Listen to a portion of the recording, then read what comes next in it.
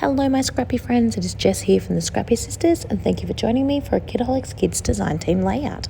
Now what do you do when you're in a funk? I love to scrap lift, and this is a scrap lift of the fabulous Scrappy_Steph, who is our Kitaholic Kits owner. Now I have got a long screenshot here of what I have done so I can sort of explain it to you as we go along. I cut 2.5-inch circles on my silhouette machine, and then I cut out 1-inch circles. I then cut all of those 1-inch circles in half. I then got the 2.5-inch circles that came out of the inside and stuck the 1-inch circles all the way around the edge. I then trimmed that back down to be a circle, put sticky tape on it, and then put it back in the hole. I hope that made sense. It doesn't really, but that's what I did. Each little circle fits perfectly back inside its own little hole. Now I couldn't do all of that on camera because this video would have gone for 1,000 minutes because it was quite time consuming. But look how cute it ends up looking. Now Steph's original, all of her little circles were actually shaker pockets. Now I'd already spent a fair amount of time creating these circles that I kind of forgot that they were supposed to be shaker pockets. So I'm doing little cheat shaker pockets, and that's actually where I'm just going to literally glue the sequins on top of the paper inside each circle. So I'm not going to make real shaker pockets at all. So I'm just adding a bunch of little glue dots, not too much because I don't want to put too many sequins inside. And then I am just going to sprinkle the sequins in the dots. I do start by carefully placing exactly which sequin I want where so I can kind of spread the types of sequins out, but then realized ain't nobody got time for that and stopped and started just sprinkling them in. And then I plan at the end to just give it a bit of a shake once the glue has dried, and whatever falls off I'm just going to put back in its package and save for later. But I'm fairly confident that 90% of them will actually stick and it will all work out fine. So no, these are definitely not shaker pockets, but they're my little cheat shaker pockets. In some ways they're actually better because the sequins don't all fall to the bottom when you stand up your album. But in other ways it's not quite as cool and interactive because it doesn't have that kind of shaker effect that is really fun. To create this layout, I actually only used four different colored sheets of paper because of course they're double-sided, and I could end up using 8 colored sheets of paper because they're double-sided. I tried not to make each circle the same. I put the little half circles around in sort of random order each time, so not every single circle looked identical, just to give it that kind of scrappy quilt sort of effect. I then also bent up the little semicircles a little bit just to give that little bit of height and texture as well. And once I've done all that, actually completing the rest of the layout is super quick and simple.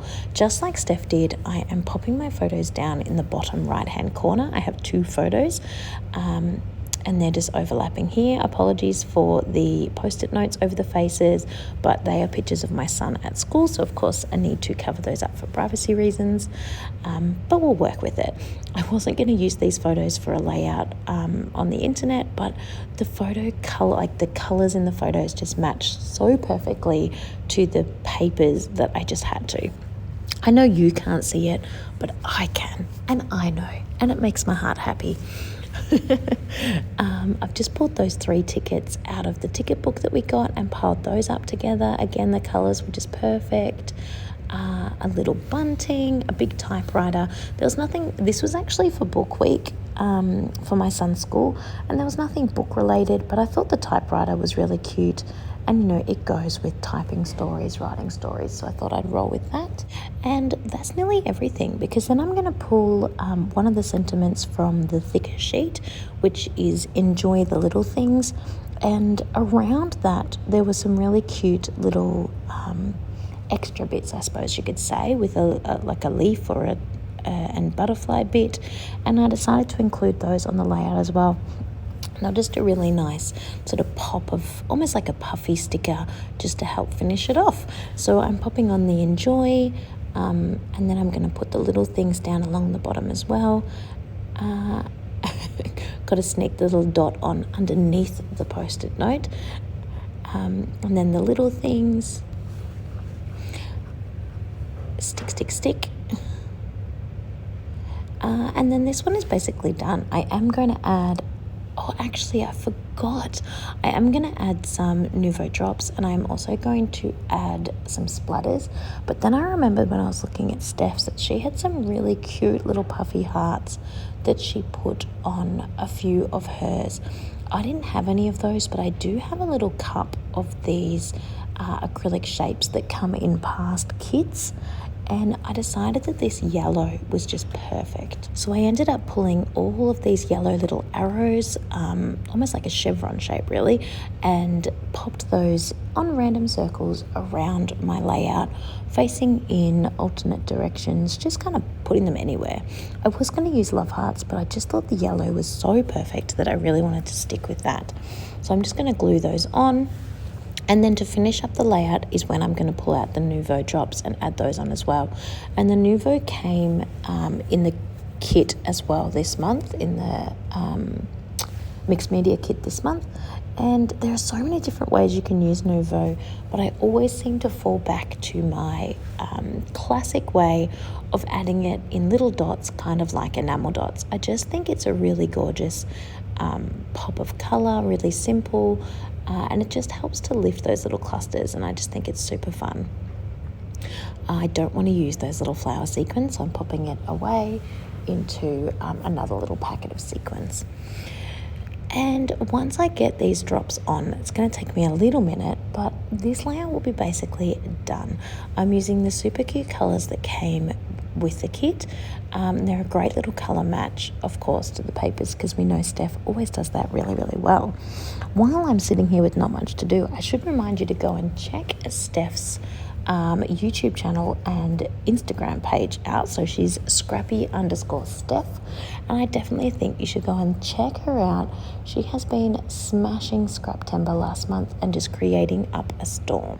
So again, once I finish popping on all these Nouveau drops in a variety of colours, I am going to add a little bit of splatters, because you know me, I cannot create a layout without finishing it off with a little bit of splatters, but I do want them to be subtle and just a little bit. So I'm going to use some gold splatters and some black splatters, just in a few little places. You definitely could leave it like this. I guess it depends on the look you like. Steph's is a really nice clean finish, whereas mine will have these messy splatters on top. So I think it definitely depends on the style of scrapbooking that you prefer. And here are my finished photos. I really love this, so I cannot thank Steph enough for sharing this layout.